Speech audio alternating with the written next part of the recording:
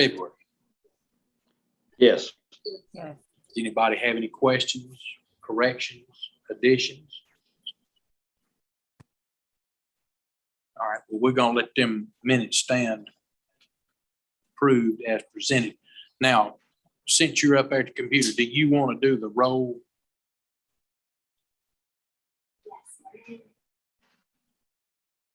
You don't have to do it right this second, but if you want me to make some notes over here, I can, or if you want to handle it since we got. I have roll call live, please you sign it and have all y'all noted.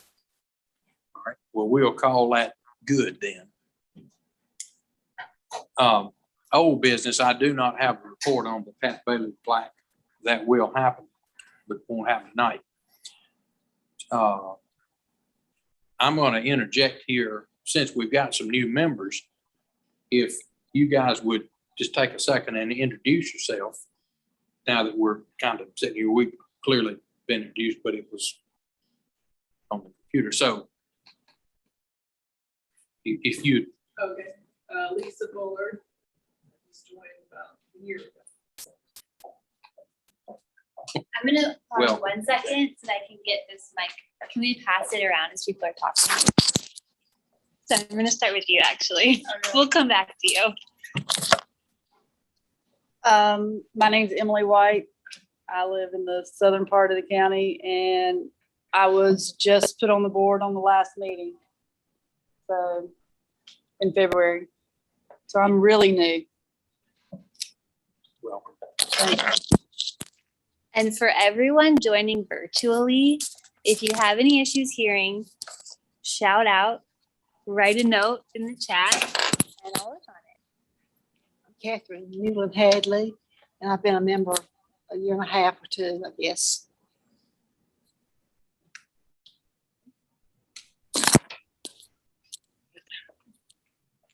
I'm John Gleason, and I'm one of the newest members from February as well. So Love it. Hi, I'm Lisa Bullard, and I joined about a year ago, but I've only been live in a meeting. This is the first time. Awesome. Thanks for bearing. It worked well, but now it's back. And I think everybody knows, but Miss Hadley, didn't you come to the last meeting we had before we stopped having them? It's okay. So just for clarification, she was my 6th grade math and science teacher. And maybe. He was promoted. She got tired of me and said, you know what, if we don't do something. He was great then, and I admire him now. We got a mutual thing going back, but we got $100 bill. We just keep passing it back and forth. Okay, so this is up to new business. That's right. Are we ready to start? We are. So if I hush, we can get through sooner.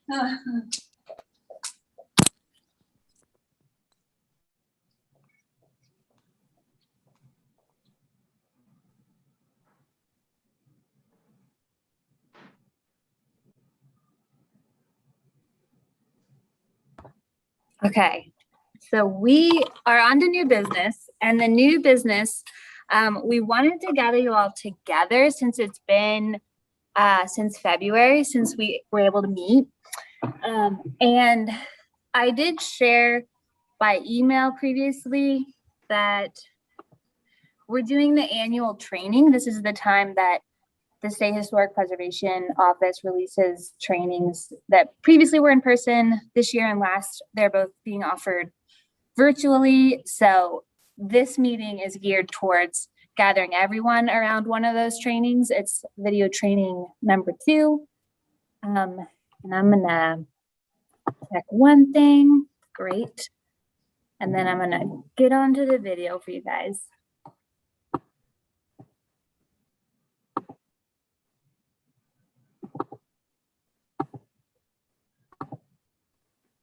Y'all see the screen with the YouTube? Yes. Taylor is showing up on the YouTube fine. Okay, great.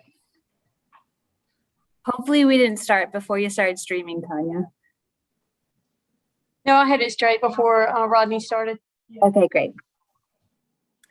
Well, without further ado, here is the HPO summer training number 2, with the topic being preserving historic cemeteries.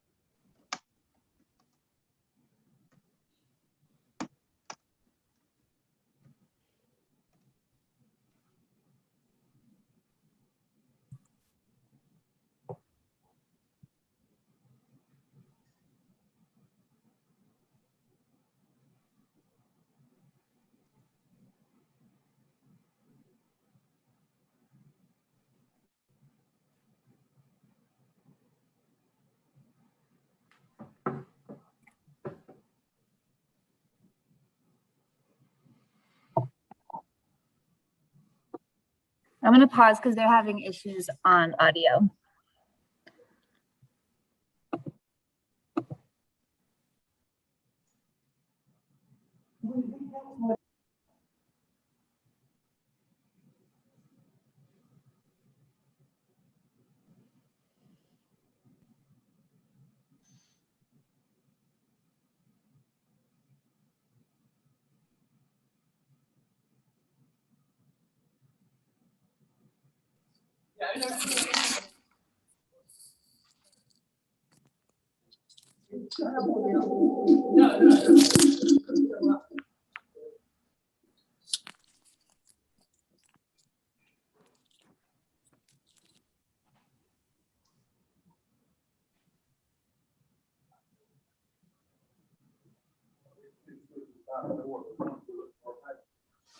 They should be.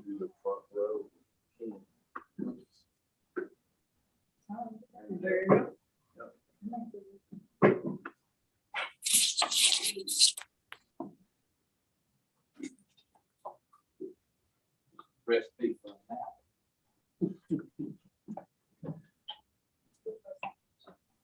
I'll probably that work.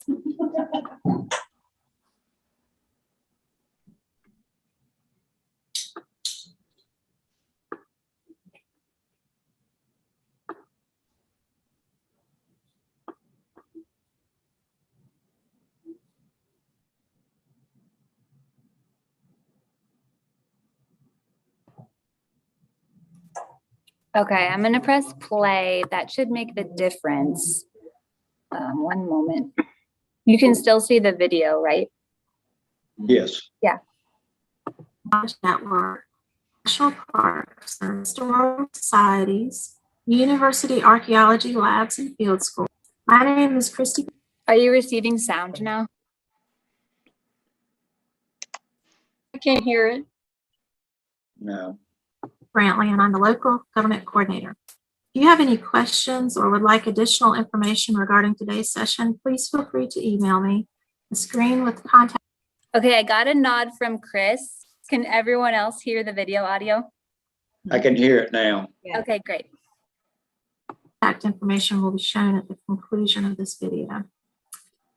The second session of our 2021 training series is about historic cemeteries in North Carolina. In this session, historic cemetery specialist Melissa Timo will share how to identify, record, and preserve these cemeteries. Melissa joined the Office of State Archaeology in April 2019 as a staff archaeologist and historic cemetery specialist. Originally from southwestern Pennsylvania, she obtained her Bachelor of Science in Anthropology and Archaeology from Mercyhurst University in Erie, Pennsylvania in 2004. She received her Master's of Arts in Historical Archaeology with an emphasis in public archaeology from the University of West Florida in Pensacola in 2013. Her master's thesis focused on the maintenance of memory, tradition, and cultural landscape by examining a 19th century African American cemetery in Bay County, Florida. Before coming to the Office of State Archaeology, Melissa worked in the private sector for the Exploring Jora Foundation in Morganton, North Carolina, the Florida Public Archaeology Network, National Parks and Historical Societies, University Archaeology Labs and Field Schools, and the Sagamore Institute of the Adirondacks at Vanderbilt's Great Camp Sagamore. She has a passion for connecting people to their local history, historic cemeteries, and archaeological resources. And we are very excited to have you today, Melissa. I appreciate your willingness to share this with you. And I will now turn this over to you. Thank you. Thank you so much for having me today, talking about one of my favorite topics, of course, which are historic cemeteries. As Christy mentioned, I'm with the Office of State Archaeology, and we're another state organization that looks to protect, preserve, and share the more than 12,000 years of human occupation of our state. Historic cemeteries do fall under that. And so for the last couple of years, that's been my job, is sort of walking people through on how to work with, protect, and share their own local historic cemeteries. But today we're talking about sort of nitty-gritties about looking after, identifying, and protecting and preserving your cemeteries. So today we'll cover these 3 points, hitting how you know you're looking at a grave. Some are very obvious, like the cemetery you see on the screen now. Some are less obvious, so I'll give you some clues of what you might expect in a cemetery in North Carolina and what to do about them. I'll give you some tips on surveying a cemetery. Once we know where they are, it's important to record them for the knowledge and for safekeeping. And then after that, I'll talk about reporting, processing, and assigning a cemetery as an official state site file number. And I'll explain more about these as we move on. So first, we'll cover these tricky things about identification. One of the big things I need you to think about as you think about cemeteries in your area are that cemeteries are more than headstones, and they're more than human remains. They're cultural landscapes. They are deeply symbolic and emotional places that need to be considered as a whole rather than just the headstones themselves, because cemeteries contain more than headstones. Things like the layout of a cemetery, both on the landscape and how the graves are spaced out, the artifacts that might be found there, the plants that were planted specifically for the cemetery, and even graveside traditions, all put together make for a really important understanding of a community through their funerary and cemetery practices. So think more than just headstones when you think of cemeteries. What are these sort of non-headstone elements that I'm talking about? Well, some are kind of obvious. The stones that have no writing on them, or sort of what might be considered informal markers, like field stones or remnants, bricks, cinder blocks, things like that, like the things you see on the screen. Those are kind of obvious. They might fit a pattern. You might see across the landscape that they are lined up, like you might expect a cemetery could be. And so those are sort of obvious features that some people acknowledge when they think of a cemetery. They might be able to say, oh, well, clearly those are part of the cemetery as well, because they fit a pattern. There's also very specific local regional or cultural traditions that might be displayed. Things that you might see along the coast, like the blue painted graves associated with African American communities, Appalachian grave houses, and even mounded over graves that you might see. We see a lot of this in rural areas or in the mountains, like in the Smokies. They talk about finding these a lot. It's important then for you to reach out to your community members, reach out to descendant communities, to other local stakeholders, to recognize what your local expression of a cemetery might mean, because we're all human beings, and human beings have a wonderful variability to the way we practice our daily lives. So it's very important for you to get out into your community to identify, talk to them so that you're able to identify things when you see them on the ground in real life. Other things that might be expected as part of a cemetery are things like giant mounds, depressions where graves have settled over time, or fences and walls. But there are lots of other types of things found in cemeteries that might not immediately scream out to you that this is a cemetery. And we'll use this case study of historic African American cemeteries to look at artifacts. Artifacts in some communities, especially like African American or Native American communities, artifacts can act as markers. They are more than just stuff. It's more than just, if you've ever been to New Orleans, seen someone leave a bottle of bourbon at a graveside. It's more than that. These things have been sort of given power, or they're chosen because of the symbolism that ties into religious or cultural traditions that may extend as far back to Africa, and they're left on the grave as markers or as part of a cultural practice. So identifying them is important, because some of these things seem pretty standard issue. They might seem ordinary, but they might have really deep ties. For example, the wooden headboard marker that you see on the far right, that's shaped sort of like a person, has ties all the way back to maybe their ancestors in Africa. So it's really important to recognize these things, because they might seem pretty ordinary. Things like shells or bottles or personal items tie into belief systems that stretch back generations. And because they are symbolic and cultural and may act as markers themselves, they are protected under North Carolina general statutes, particularly 14, 148, and 149. So it's important to identify them and leave them in place.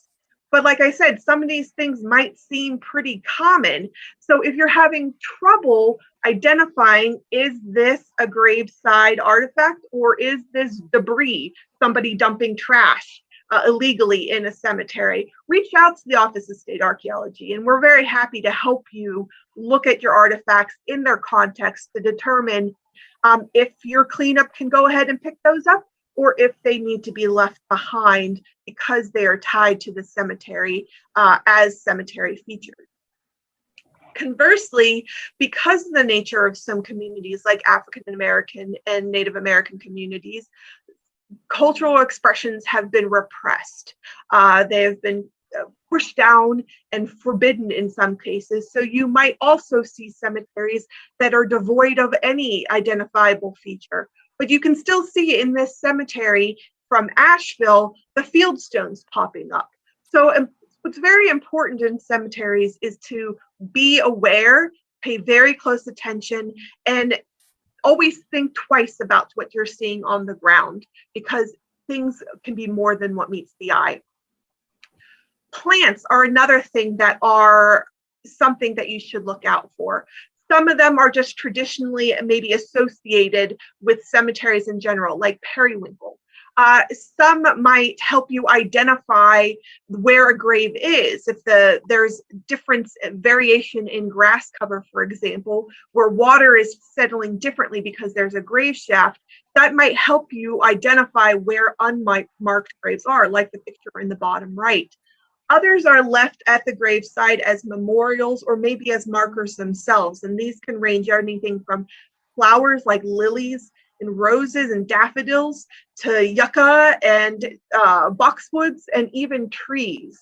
And these things are also important to identify and consider because they are also protected because they are markers or memorials under the North Carolina General Statute 14-148 and 149. So you need, when you're creating a management plan for cemeteries, it's very important to consider these things before you move ahead. Also, trees are incredibly important to consider because tree care is a monumental expense. And so it's not only a safety hazard, but it could be also a symbolic, a cemetery related memorial. So making plans for the plants are also just as important as the plans for your headstones and plans for your artifacts that are found in the cemetery. Now, what about unmarked graves? Sometimes the plants will be very helpful. Sometimes the surface, especially if it's an area that's been impacted by subsequent farming or development, that might get tricky. So there are archaeological ways to identify unmarked graves, and they vary from non-invasive to very invasive, depending on your situation. Research is very helpful, looking into your documents, you're looking into your land records, looking into your obituaries in the old papers. Those will help you identify where a cemetery might be. There's also more hands-on things like probing and coring, poking into the ground to see, maybe not hit the interment, hit the remains, but feel where the earth is different than the surrounding earth, because there is a grave shaft there where the earth has been removed, sort of tumbled together and then put back in, will feel differently, will look differently than the normal ground surface surrounding it.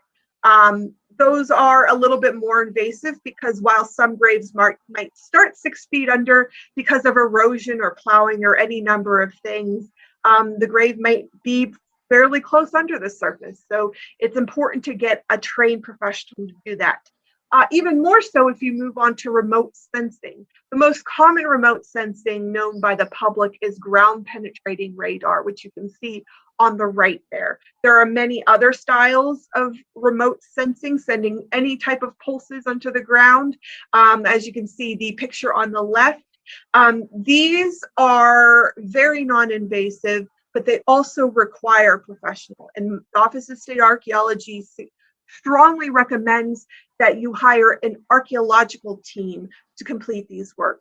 Sometimes engineering firms have things like ground penetrating radar as a capability within their offices. However, they're used to identifying structures or straight lines like sewer lines and wires and that sort of thing, septic tanks. They're not used to the nuance that is an old grave, especially an old grave in particular that has had time to sort of break down over time. You need a trained eye with the proper equipment that can go as deep as graves often are, to identify what could possibly be a grave. And a lot of engineering teams don't have that experience. They're very good at what they do. This is outside their wheelhouse.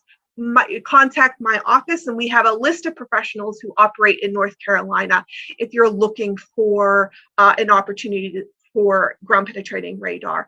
I also know that ground penetrating radar has been the subject of some CLG grants. So we can work with you to help develop an idea for a CLG grant in the future, to get some ground penetrating radar done. It is kind of an expensive process because it's a very specialized field with expensive equipment. So this is a great opportunity to pursue that through the CLG program.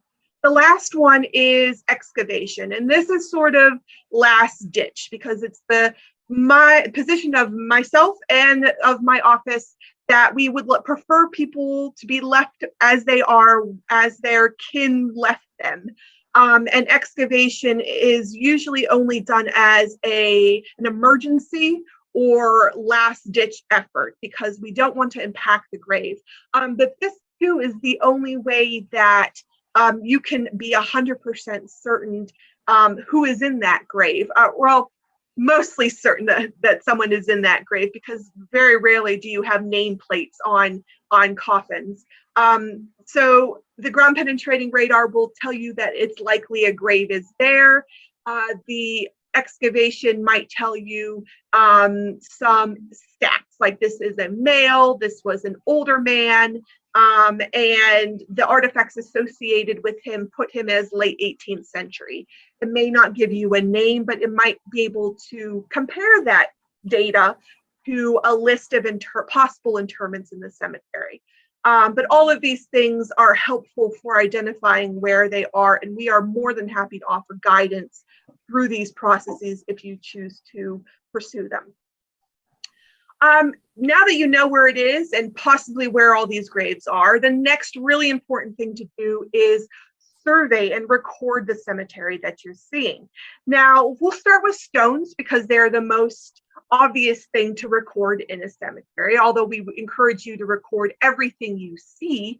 But stones usually have the information on them, which is useful for genealogy and for sort of common interest.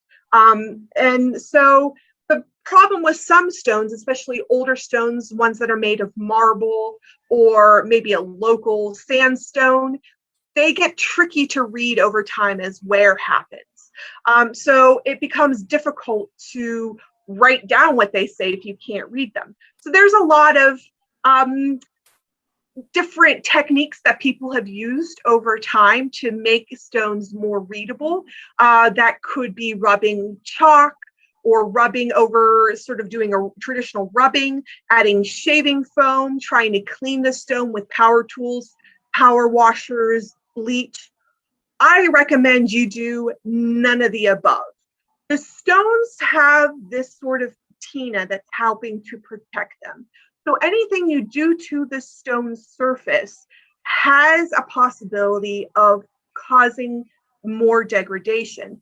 They may seem like nothing, but a lot of these substances and techniques have salts and chemicals and corrosive elements and grit that actually will wear away at the surface of the stone, especially because a lot of times people use them and then leave them there. They may create minor fissures on the stone surface, which of course then exposes different parts of this stone to water, and the process of heating and freezing over time causes those cracks to expand, or those cracks are left open so that biological materials like molds and mosses and lichens can get into it and creates bigger cracks and may cause parts of the surface to fall off. So I don't recommend using any of those things or even cleaning the headstone very frequently, so that we work to preserve these things for future generations to admire and for future descendants to connect to. Instead, I recommend using light and photography, which I'll talk about in a minute. Now, recording the epitaphs themselves is also a careful, you have to consider carefully as well, because it's very human to write down what you think you're seeing, especially if you're doing a huge cemetery with lots of stones and you're trying to make a lot of progress. So writing it down as you expect it to be might seem, or correcting it if you see misspellings or weird spacings, might be your inclination, but that might change what they're looking at. We all know of, or especially if you're a researcher of any type, names that are spelled kind of funky, or periods of time where there was no standardization of spelling. So it's very important to write down exactly what you see. And if you have a sort of second guess, is this or is this that? For example, the 6 in 1946, is that a 6 or is that a 0? It's better to leave a blank. It's also standard practice in a lot of recording to add a slash at the end of where a line is. So Willie D. Gain / so that we know that that's how this was written on the headstone itself. Just a little trick.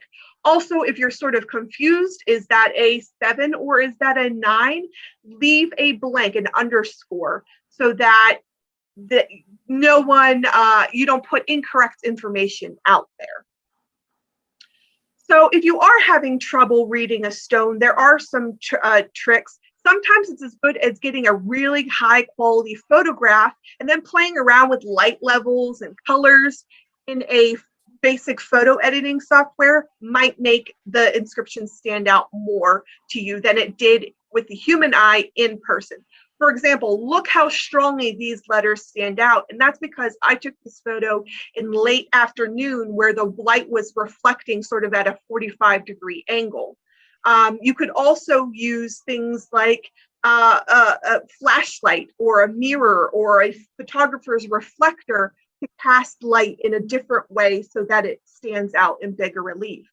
Clean the stones using safe methods. Mostly I suggest just water and a soft plastic bristle brush or a natural bristle brush, or just splashing water on it in general might cause it to show more relief so that you're able to read it. Photography, moving on from there, is really important. Showing all angles, not just of the headstones, the front and the back and around, but also the cemetery overall. Showing trees or how things are grouped together. This becomes especially important for recording it and having it available for you for possible future grants, or say there's a disaster that happens, you have before photos to compare with the after effects. There's also lots of other things that can happen. If you're looking for restoration work to be done, having a sort of track of how the stone broke down over time might help those professionals develop a plan for fixing or repairing some of the stones in your area. It can also be things that are submitted to the state so that we have a record of the cemetery over time. It's also important to retake your photos every few years, every 5 years, every 10 years, so you can see over time for your management planning how the cemetery is changing. Because if you're there every day or every week or every month, you might not see the changes as they're happening over time. So take pictures of your stones, take pictures of the depressions in the ground, of the trees from different angles. All sorts of pictures can be very helpful for you. Mapping is also important, not just where it is on the landscape, especially if the landscape has changed over time, like you can see on the right, but a plan view map, whether a whole map like this small family cemetery near Charlotte, or break the cemetery into family plots or quadrants or sections can be very useful, especially if something happens like a storm or a flood, and that will help you predict or help you plan how to remediate that damage after the fact. Plus, a lot of old cemeteries didn't have maps, or the maps have been lost over time. So when somebody comes to you and asks, well, the city owns this cemetery and my grandmother's buried there, where is she? And the stone has worn away over time, you're not able to help them connect with their family and with their history. So I encourage maps. And I believe that's also something as part of a survey that you can reach out for a CLG grant type project. There are lots of forms, so you don't have to reinvent the wheel. There are places like the Chikora Foundation, which you see the address down at the bottom, that have a number of different free forms that you can use to track individual stones or damage or vandalism, or just like you got a bunch of pieces of stones that have broken down over time. What do you do with those? How do you keep track of them? I do also recommend, either in conjunction with or instead, doing a North Carolina Citizen Cemetery reporting form. And this means that we're going to begin talking about this sort of redundancy in recording. It's important to have this information, not just for your local government, whether that be municipal or county, but it's also important for the state to know where these things are as well. The state has this system called the North Carolina Site File, which is a record of historic sites, archaeological sites, and historic cemeteries. We put them on a map, and we use this information not only to educate and learn more about the history of our state, but it's great for things like project development. If there's going to be a big DOT project, we want to know where these archaeological and historic cemetery sites are, so that we can help protect them over time. And so it's really important for property offices and county managers and the state to know where these things are, so that we can help preserve this stuff. And our site form is fairly easy. It asks basic information from where it is, which is one of the most important things, so we can put an accurate push pin in the map, digital map, to make sure we have exactly where it is, so that if something happens, we can direct things around it or to it. But also information about who's buried there, that kind of stuff. It's fairly easy to fill out, and you can find it on our webpage, which I'll show you later on. You can also attach any information that you have recorded. Say you use one of these Chippewa forms, you have a local reporting form, you have a find a grave .com file. You can stick all of this together to develop to augment this file, and we'll assign it a number. We'll provide the number to you for your personal, for your use, and for reference if you need to add things to the file, new pictures, new police report. If a driver accidentally crashes through the cemetery, you can add that, so that we also at the state level have an ongoing story of this cemetery and how it's changed over time. So the site file is also good in addition to management planning. It's also good for storm preparedness. As we know, there have been a number of very damaging hurricanes and flooding events that have happened over the last couple of years.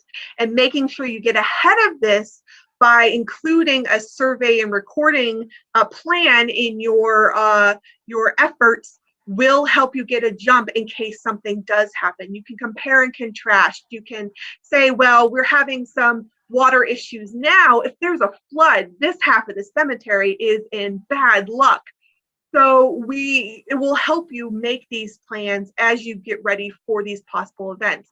I already mentioned grant opportunities. There's local, state, and even federal grant opportunities where having this information ahead of time can be the difference between you being able to get the grant and you having to push this opportunity aside because you didn't have enough information ready to go by the deadline.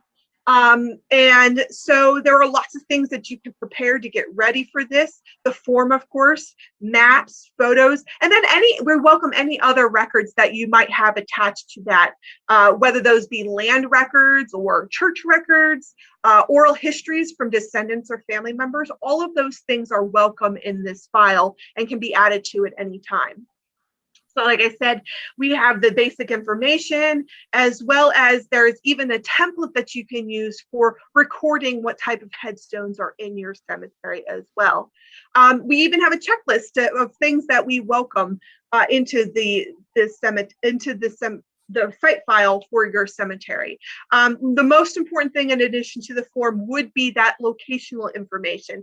And if you don't have a GPS, I can help you with different apps and even Google Earth to show you how to get the coordinates for that cemetery so that we have a very accurate representation of where it is on the landscape. But you can see maps, descriptions, photograph, histories, genealogical narratives, all welcome. And on the bottom of the form, it shows you how to submit that to us at the state. Now, there are other things you need to consider as you move through your cemeteries, especially if you're planning on reaching out for grant opportunities or workshop opportunities through the CLG program. And there are both sort of natural ones and things that are sort of man-made. So all of this sort of structural and internal stone failures, just the nature of the stone itself, or say like this iron jacking is where the pins used to hold the marker in place on the base are exposed to water, and as they rust, they pop the stone apart, which is problematic. Sugaring is bad, improper cleaning techniques of bleach reacting to marble and eating away at the surface. Staining from lichens and molds, and the center on the top there is bird. All of those things can create problems over time, as well as the human elements like damage from landscaping equipment that you see at the top, vandalism and theft. All of these things impact your cemeteries, which is important to really seriously include in your management plan and your recording and surveying, because it might impact your ability to apply for sort of national register status if that's your ultimate goal. Cemeteries are sort of a tricky gray area in the national register, and so you have to have some really strong arguments, and if things are damaged or destroyed or missing, that's a big puzzle piece that's not going to be available to you for you to use in that process. We also, sort of as a wrap of this section, also encourage you, much like the GPR, to get the proper professionals, especially if you're doing a grant-related repair, because all of these repairs were done by really well-intentioned folk, but all of these repairs are going to fail, and they're going to fail very badly because they aren't using the proper techniques or materials which will allow water and damage to break down the stone, possibly even faster than the damage itself. If you need a list of professionals, reach out to the Historic Preservation Office or reach out to me, and I can provide you a list of names of trained professionals who have done this work in North Carolina.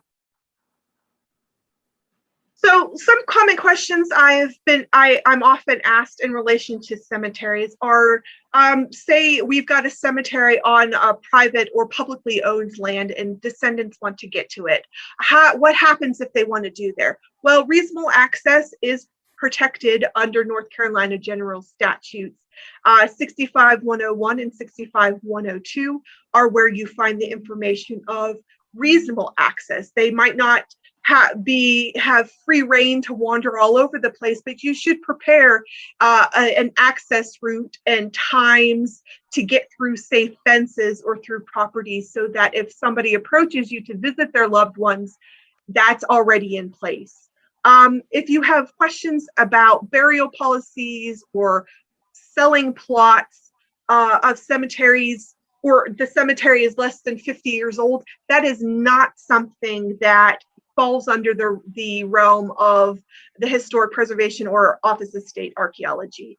We sort of have that 50-year cutoff because that is part of a federal definition of what is historical and archaeological. And so 50 years and younger, I would reach out to another agency, which is the North Carolina Cemetery Commission at nccemetery.org. They operate more under the part of General Statute 65, which is the cemetery general statute for active and current cemeteries. So they'll have your answers that I definitely won't as an archaeologist. What if you have a situation where there's vandalism, desecration, dumping trash, plowing things over, ripping things out? According to the general statute, your first line of attack is to call the county sheriff. All of those things are forbidden or discouraged under North Carolina general statutes, in particular those ones under General Statute 14 listed below. And so those are things that the sheriff is your first point of contact, because my office does not have sort of the teeth to go after that. That falls under the purview of the county sheriff or local law enforcement. So what if you're in a situation where you're doing a project of some sort and a cemetery pops up, or you're working within and you've gone through all the steps through the environmental review process, possibly through any other permitting process, you think you have everything covered, but somehow there was a old farm family cemetery on the property and something pops up.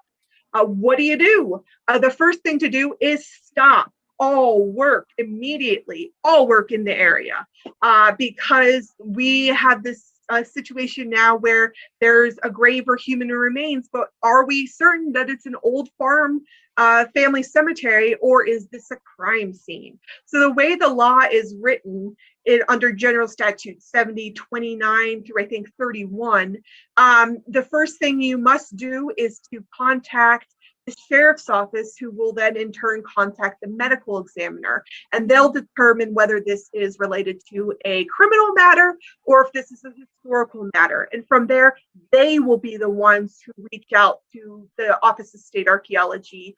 So you don't have to worry about that. That's the way it's written. You might have to remind some sheriffs of some of these laws, because this is not a common thing that people run into.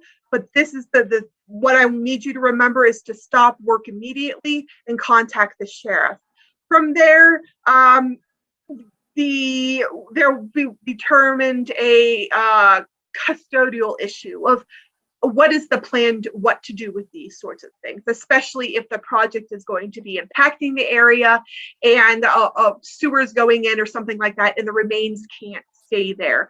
The Office of State Archaeology will both contact associated Native American communities, local Native American communities, and develop a plan of what to do and where to hold those remains and where to put them. And that will happen very quickly. The plan will occur over the next 48 hours as defined by the law.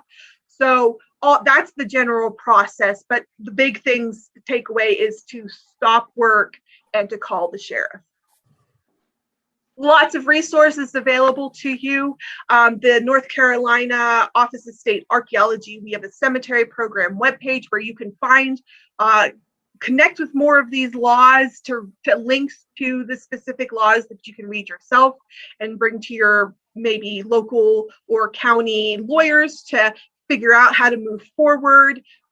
There's also lots of help as far as what to do and how to preserve a cemetery, offered through a program that's offered through the National Park Service called the National Center for Preservation Technology and Training. Lots of great videos and articles and manuals for you to read to there. There's also organizations like the Association for Gravestone Studies, where like-minded individuals get together and learn more about cemeteries, how to protect them, record them, preserve them, and share them.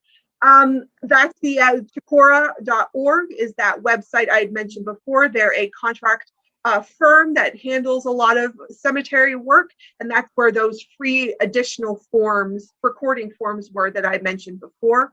And finally, if you are interested in pursuing the National Register status for your cemetery, there is a bulletin 41 is the guidelines for that. And you can also reach out to the State Historic Preservation Office staff to give you more tips on how to move through that process. Again, we also have on our website brochures or trifold brochures that you can download about best practices for care and maintenance. And you could also contact me or the state archaeologist, John Mintz, if you're looking for guidance or help or support. We will do the best that we can. We're here as a resource for you. You can also find us on Facebook if that floats your boat. So we welcome you to reach out to us and move forward responsibly, ethically, and practically as you decide what to do with the historic cemeteries in your purview. Thank you. That's all I have. Well, thank you so much for being here with us today and sharing your vast amount of knowledge. And I appreciate you highlighting the fact that CLG grants are available for some of these activities and helping to identify and record cemeteries across North Carolina. We really appreciate you sharing with us.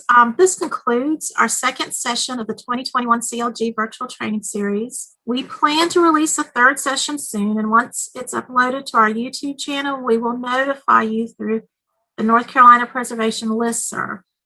Remember, if you would like this session to count towards CLG training requirements, please email me a brief summary. And please feel free to email us with any questions or comments. We certainly welcome your feedback. Thank you for joining us.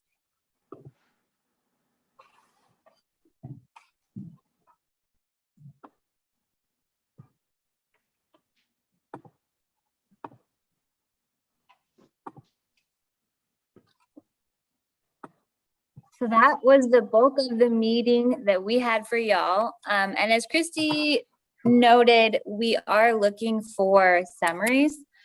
To maintain our certified local government status, we need at least 2 members to submit 3 summaries. But it truly does make a difference to actually provide more member engagement so that the Historic Preservation Office knows we do have an engaged commission. So you can email her directly. I have kind of been doing a process where if you all email me, I compile it all so she doesn't get inundated with lots of emails. But whichever feels more convenient for y'all. And I'm going to turn it back over to Rodney.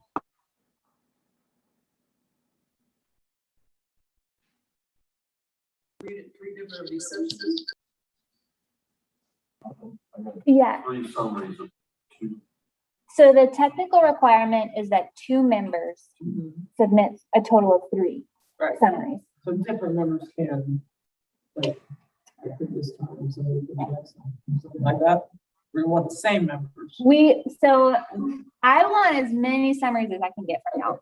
That's my answer. The answer that Chippo would say is that they want to see at least 2 members, 3 summaries from the same 2 members.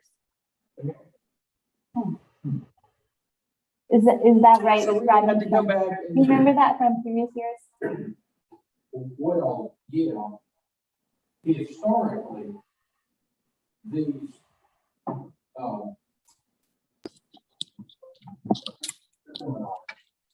have been.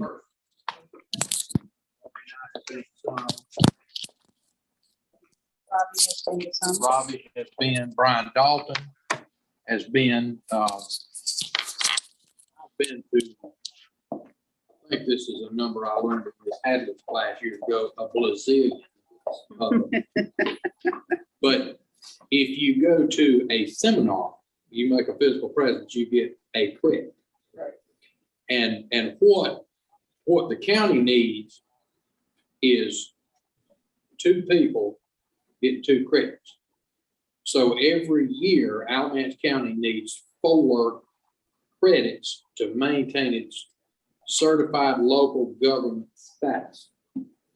And what I'm seeing here is that you get a half a credit for this online training.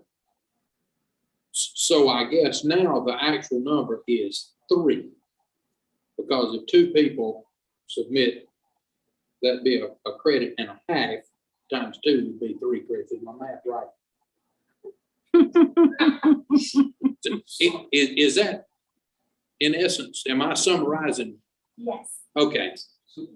What constitutes so? It's not detailed. About a paragraph. Oh, okay. Can you clarify that since you're closer on the mic? The summary is about a paragraph. Yeah, okay. So if everybody that was here tonight, either in person or online, would write a paragraph and summarize what we learned. Don't put bleach on gravestones. Don't wire gravestones up with barbed wire. Call a professional and go through that. And, you know, it probably wouldn't be right. Stop laughing at me, Gail. I can't help it. So wonderful. The general statutes are numbers, 14 and 65 that involve this. If you include that in there, that would look good. Yeah. And if you left out that I was snoring during this, that'd be better. So if everybody gets a paragraph to Taylor, then she can compile. Is that the summation that you want? That's right. Okay. Thank you. Yep. I don't have any announcements. Just moving through the agenda. So does anyone have any other questions about this training or anything else? Well, I'm gonna interject here, kind of in the form of an apology. Tanya called me back in the spring, and I don't remember if it was April or May, but it was early on. And she had an inquiry from Ben York about us, because we, as the County Historic Property Commission, do some work for Whole River, the Village of Alamance, I think Swepsonville, some of the smaller municipalities. And we had a conversation maybe 2 years ago now, and it was kind of left hanging.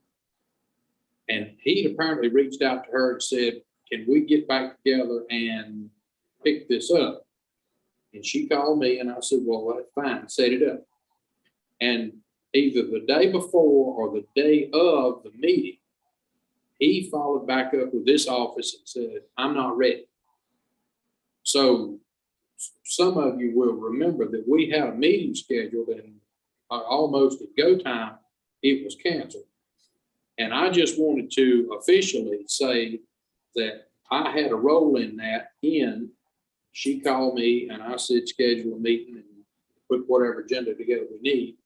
And it was canceled. So I'm sorry for the schedule jerking, if you will.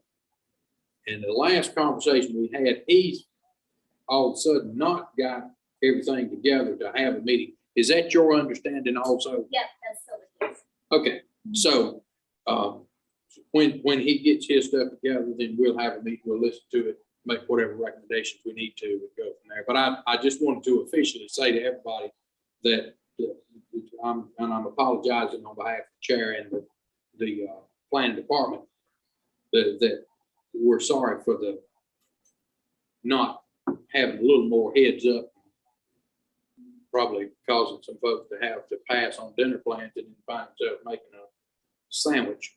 And this is clearly before tomatoes, so it wasn't good. But anyhow, enough about that. Does anybody here have anything that needs to be added at this point? Well, if we get a motion, we'll call this done. Motion to adjourn. Got a motion and a second. All in favor, aye. Aye. See you Aye. next time. Thanks, y'all. Have a good night. Good night. Thank you.